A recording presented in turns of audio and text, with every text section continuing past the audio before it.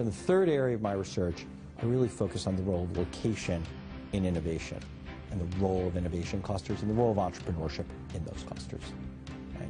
So one of the kind of major features we see of the modern knowledge economy is that even though access to natural resources may not be that important, except for particular places like oil, but in most areas, it's not access to natural resources that are bringing people together, but it's bringing together like-minded people who are able to exploit the complementarities across people, right? To exploit kind of the synergies among people by being in a single location.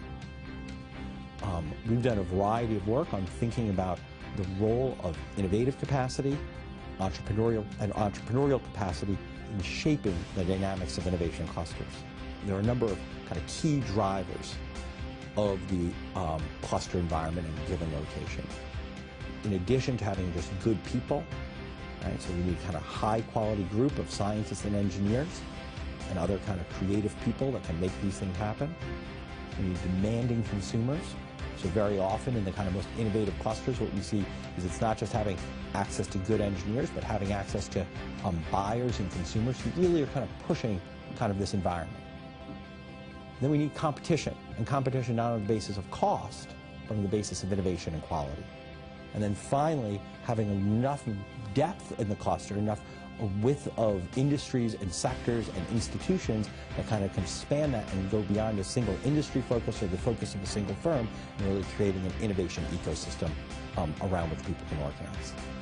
We've done a number of studies in this area. I've worked for many years with Mike Porter around on the really documenting the impact of innovative capacity and clusters on economic performance.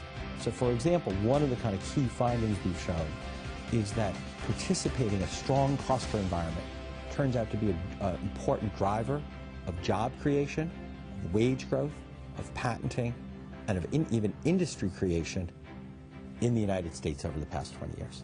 So when we look at the areas that have grown, when we look at the industries and areas that have grown, those tend to be part of the strongest clusters. Right? So that's really been a driver of job growth, a driver of migration, and a driver of economic performance.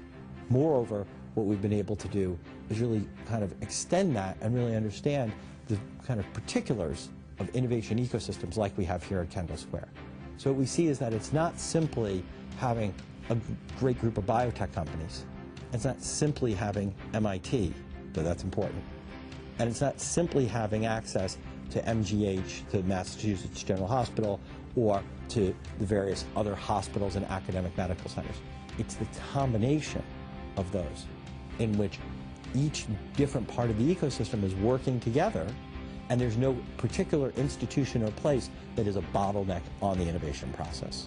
When we look at the most impactful innovation clusters in the world, we see this combination of complementarity and competition kind of driving economic performance and dynamics.